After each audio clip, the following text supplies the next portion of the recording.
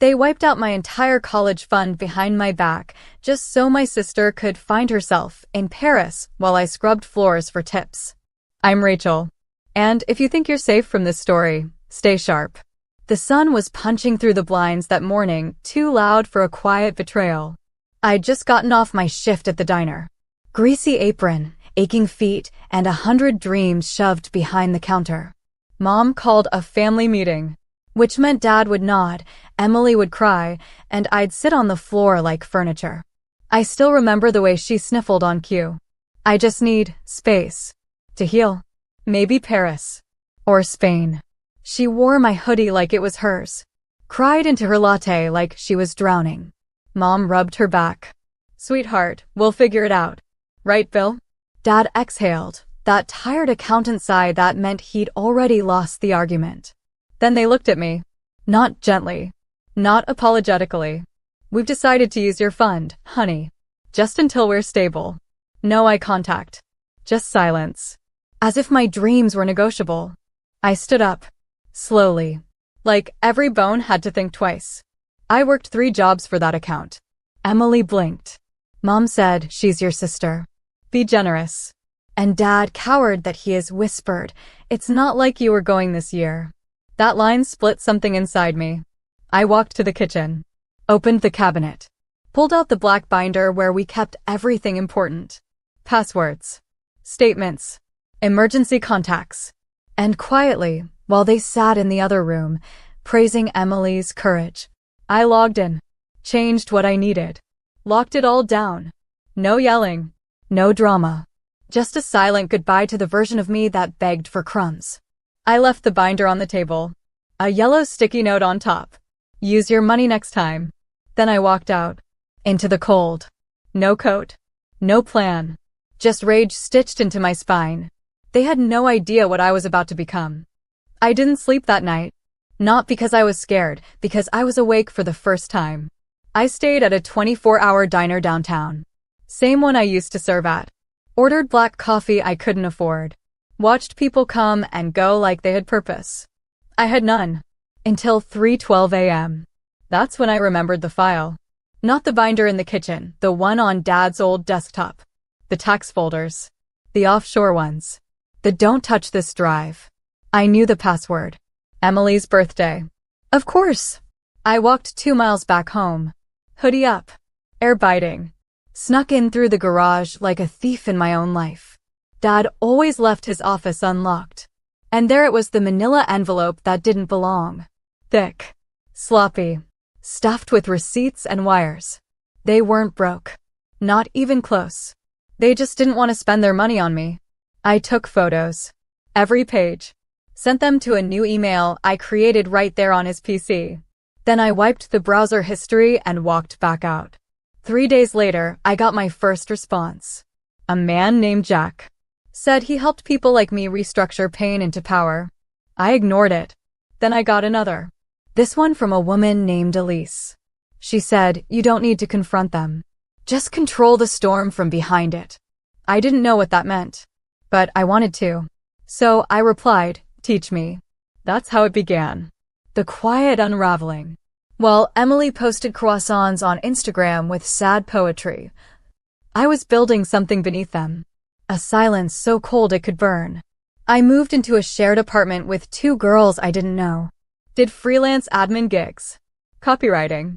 Anything. Kept my head down. Saved every cent. And every night I opened those files again. Line by line. Until I knew every shell company they owned. Every lie they told the IRS. The house they were so desperate to protect? It was built on fraud. And I'd just found the match. 3 weeks later, I wore a navy blazer I bought for $6 at a thrift store and walked into an office with no sign on the door. Elise was taller than I expected. Black heels, blood-red nails, and eyes that had clearly seen too much. She didn't ask why I came. She just said, you're not the first daughter they tried to erase. But you might be the first who doesn't disappear. She handed me a folder. Inside, a map. Not of places, but people. A compliance officer who used to work with my dad. A former investor who claimed Bill and Linda had finessed him out of $80,000. And a financial regulator, who just so happened to be Elise's cousin. She said, "Your family hides behind paper. Let's bleed them with it." I don't know why I wasn't scared. Maybe because they took everything already. Or maybe because Elise believed in me more than my parents ever did. We didn't start with the big moves. We started small. An anonymous tip to the IRS. Another to the State Fraud Division. We knew they wouldn't act immediately, bureaucracy never does. But the clock had started ticking. Then came the leaks. I created a fake LinkedIn profile. Posed as a concerned CPA. Posted subtle breadcrumbs. Unreported assets are the real inheritance some families leave behind. The post went viral in small circles. Tax forums. Accountant Reddit threads. Enough noise that someone would connect the dots. Back home, Mom posted a family selfie with Emily captioned, "My brave girl, healing in Paris while her sister finds herself." I laughed so hard I choked. They had no idea I'd already frozen 2 of their accounts under an anonymous compliance review. Or that a red flag had been added to their mortgage. Or that Emily's healing trip was now under review for misuse of educational funds. Elise said it best. "We don't knock on their door, Rachel. We remove it. Then watch what happens when the wind hits." I used to think revenge had to be loud. But this was better. This was surgical. And I hadn't even touched the trust fund yet. I never meant to take everything. But once you start pulling threads, you realize the whole house is stitched together with lies. Emily returned from Paris like a princess without a crown. The cards weren't working. The rent hadn't cleared. And Mom? She was calling the bank every hour like the fraud was on them. I watched it all unfold from a burner account. The bank's automated reply. "Due to irregular activity, your accounts have been temporarily frozen pending investigation." And then the real storm hit. A letter from the IRS. Another from the State Board. And a third from the Education Grant Office, the one they'd forged documents for so Emily could play student in Europe. I didn't send those directly. But I knew who would. Elise called it domino placement. You don't tip them yourself, you just build the right table. Dad started unraveling first. His firm let him go quietly, of course. Can't have a scandal with compliance risk leading your accounts department. Mom kept hosting Sunday brunch like everything was normal. The last one was brutal. No champagne. No avocado toast. Just silence and lukewarm apologies they gave each other with their eyes. I walked past their house that evening. Not to gloat.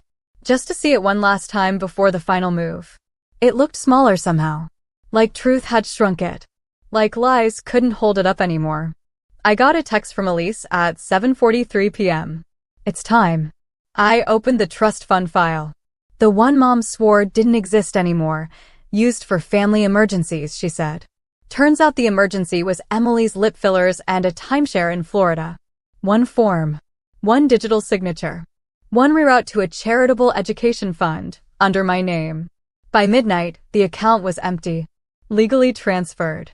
Permanently inaccessible to them. The next morning, they woke up to zero. No balance. No trust. No safety net. Just a printed notice taped to their front door. Assets transferred due to misrepresentation of beneficiary status. Further inquiries may result in legal exposure. Mom fainted. Emily screamed. Dad just sat down on the porch and buried his face in his hands. For the first time in years, I felt tall. They tried calling me over 40 times that week. Blocked numbers. Unknown callers. Even a fake message pretending to be a law firm, poorly written, full of spelling errors.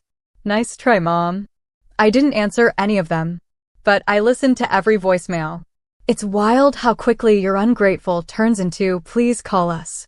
Emily's was my favorite. "Rach, this is all a misunderstanding. You're taking it too far. Like, we're family." I nearly threw my phone across the room. "Family?"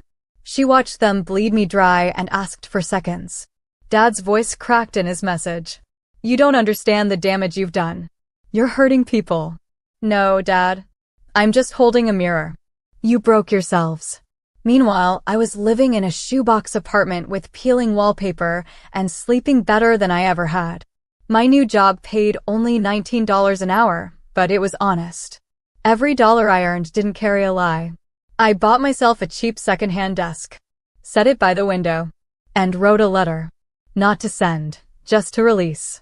I wrote, to the version of me who kept asking for love from people allergic to it, she's gone now. I signed it with my real name.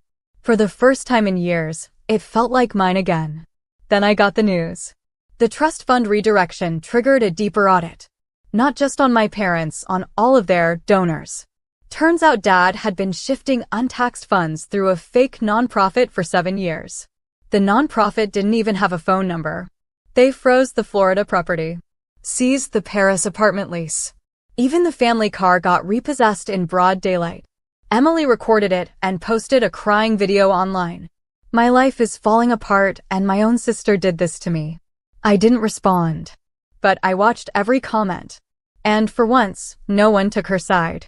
One wrote, maybe don't fund luxury with someone else's future. Another said, you don't get to cry after stealing someone's wings. I screenshotted them. Saved them in a folder named Proof I'm Not Crazy. I used to beg for people to believe me. Now they were telling my story for me. They showed up at my apartment. No warning. Just loud knocks at 6:17 a.m., the kind that make your heart sit up before you do. I didn't answer. I watched from the peephole. Mom in a wrinkled trench coat. Dad, shoulders collapsed like someone had finally told the truth about him. Emily stayed in the car, face buried in her phone. They didn't come to apologize. They came to bargain. A note slid under my door. Let's talk. We can fix this. We'll give back what we can. Please, Rachel. I stared at the words. Each one soaked in desperation, but still avoiding accountability. Still pretending this was a misunderstanding, not a lifetime of decisions that always left me last. I didn't open the door. I just slid my own note back under. There's nothing left to fix. Not for you. Not with me. 10 minutes later, I heard their car leave. Slow. Defeated. It should have felt like closure. But it didn't. Not yet. Because even if their world was collapsing, they still had one thing left, their name. And I knew them too well, they'd try to salvage it. That's when I sent the final file. Not to the authorities. Not to Elise. To a journalist. A woman named Dana who specialized in uncovering white-collar fraud that starts at the dinner table. The story went live 3 days later. Headline: The Golden Family Who Buried Their Daughter's Future and Got Burned by the Paper Trail. It hit harder than I expected. Shared over 200,000 times. Featured on a financial ethics podcast. One commentator called it a masterclass in silent retaliation. I sat in my apartment, headphones on, listening as strangers dissected my life like it was a Netflix script. But this wasn't fiction. This was the cost of being the forgotten child turned reckoner. Emily deactivated her accounts. Mom's charity board dropped her. Dad's old firm released a statement. We condemn all unethical practices tied to former staff. And me? I finally smiled. Not because they were ruined, but because I no longer was. I got an invitation in the mail. Cream-colored envelope. Gold cursive. You are cordially invited to Emily's engagement celebration. I laughed so hard I dropped my tea. After everything, she was still performing. Still trying to wrap her mess in ribbons and filtered photos. Still pretending the world didn't just watch her life fall apart. The venue was some rented garden space in upstate New York. Not Paris. Not private villas. Just enough glam to feel expensive, but cheap enough to show the cracks. I RSVP'd yes. Under a fake name. Not because I wanted revenge. Because I wanted closure. One last look at the people who tried to bury me. I walked in wearing a black dress I stitched myself from thrift store scraps. It fit like armor. The music was too loud. The smiles too wide. And then I saw her, Emily. She spotted me, but couldn't react. Not in front of all those strangers. She froze, champagne in hand. I walked right past her, calm as snowfall. Mom was near the fountain, laughing like her world hadn't shattered. Until she saw me. Her face tightened. Eyes darted like a trapped animal. And Dad, standing near the dessert table, actually turned away. Couldn't even look at me. I leaned close enough to whisper. I'm not here to ruin anything. You already did that. Then I placed a small gift box on the table. Inside, copies of every document, every email, every transaction. Labeled, in case you ever forget. I didn't stay for the cake. Didn't need to. The silence that followed me out was sweeter. That night, I took a bus home. Put on music. Opened my window. The wind felt different now, like it didn't have to fight so hard to reach me. I lay in bed, staring at the ceiling and thought. They took my voice. So I wrote it back into existence. They took my future. So I carved a new one from their ruin. And as for love? I'd give it, just never beg for it again. A year later, I stood in a quiet classroom, sunlight spilling through tall windows. On the chalkboard behind me, financial literacy for first-gen students. 18 girls sat in front of me, notebooks open, eyes wide. Some of them reminded me of who I used to be. Worried. Small. Waiting for someone to tell them they mattered. I didn't tell them my whole story. Just enough. Sometimes the people closest to you will spend your future like it belongs to them, I said. But money isn't just numbers, it's freedom. And no one gets to steal that from you. They listened. Not because I sounded smart, but because I sounded real. And because the silence between my words held pain they could recognize. After class, one girl stayed behind. She looked maybe 19. Quiet. She said, "Miss Rachel, did your family ever say sorry?"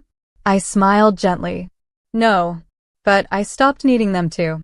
Later that night, I walked home through the city, a thermos in one hand, my key in the other.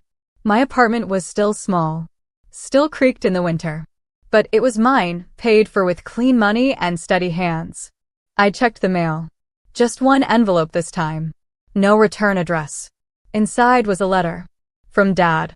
"We lost the house. Your mother's not doing well. Emily won't speak to us. I don't know what we did to deserve this, but I hope someday you can forgive us." No apology. Just regret that their kingdom fell apart. I didn't respond. Not because I hated them, I just didn't owe them anything anymore. Forgiveness isn't an invitation. It's a release. I stood by the window, watching as the city flickered with strangers' stories. Mine had finally found its ending. No noise. No revenge parties. Just peace. And the kind of power that doesn't have to scream.